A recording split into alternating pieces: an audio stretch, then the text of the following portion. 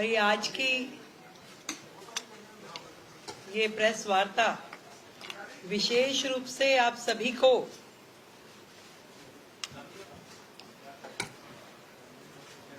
विकसित दिल्ली बजट 2025-26 के निमित्त जानकारी देने के लिए बुलाई गई है। और आप सभी जानते हैं कि सरकार बनने के तुरंत बाद से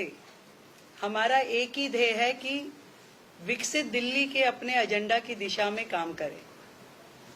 उन कामों से दिल्ली की महिलाएं, दिल्ली के गरीब, दिल्ली के युवा, दिल्ली के छात्र, दिल्ली के श्रमिक, इन सब का जीवन स्तर सुधारने का जो वायदा हमने किया और दिल्ली को जो विश्व स्तरीय राजधानी बनाने का उद्देश्य जो हमारा है, इस बजट में उसके निमित्त सुझाव के लिए आप सबको ध्यान है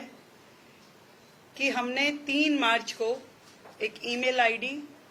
और एक व्हाट्सएप नंबर अनाउंस किया था। और ये जो सेशन है हमारा 24 मार्च से शुरू होगा, जो 28 मार्च तक और हो सकता है उससे भी आगे एक्सटेंड हो चलेगा। मैं आप लोगों को ये जानकारी देना चाहती हूँ कि ईमेल के माध्यम से हमें 3,303 सुझाव प्राप्त हुए और व्हाट्सएप नंबर के जरिए 6,982 सुझाव हमें मिले। तो लगभग 10,000 सुझाव, जिसमें उनके सुझाव, जनता की अपेक्षाएं और विभिन्न मुद्दे जो दिल्ली से संबंधित है, हर विषय पे जनता के सुझाव हमारे तक पहुंचे हैं। और ये सभी सुझाव विकसित दिल्ली बजट का प्रारूप तैयार करने के लिए बहुत ही काम आए। और इसी तरीके से अलग अलग समूह, महिलाओं से सरकार मिली, शिक्षाविदों से मिले, उसमें प्राइवेट स्कूल के भी लोग थे, उसमें हमारे गवर्नमेंट स्कूल से भी जुड़े हुए सभी शिक्षाविद रहे, इन्फ्लुएंसर से मिले, व्यापारियों से मिले, औद्योगिक जगत के लोगों से मिले, किसानों से, विधायकों से, सांसदों से, निगम पार्षदों से, युवाओं से, झुग्गी के लोगों से, डॉक्टर्स, सीएस, कॉलेज स्टूडेंट्स,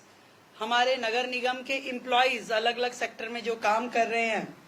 इन सभी वर्गों से मिलकर के हमने जनसंवाद किया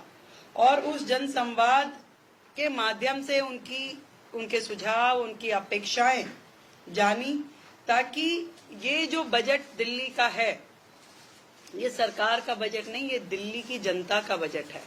और दिल्ली की जनता के बजट में कोई भी वर्ग हमारी योजनाओं से अछूता ना रहे, इसका ध्यान हमने रखा। हमारी सरकार दिल्ली वासियों की भागीदारी के लिए उन्हें धन्यवाद करती है और इतने बड़े पैमाने पे जो उनके सुझाव हमें मिले उसके लिए शुक्रिया अदा करते हैं। और दिल्ली वासियों का ये बजट, जो जनता का बजट है, एक सकारात्मक परिणाम इस सबसे मिलने वाला है। हमने विकसित दिल्ली बजट में दिल्ली वासियों से प्राप्त सुझावों को प्राथमिकता भी दी है और उनकी अपेक्षाओं का ध्यान भी रखा है। और इस सारे बजट में ये ध्यान दिया गया है कि जो साधारण नागरिक है और उसकी जरूरतों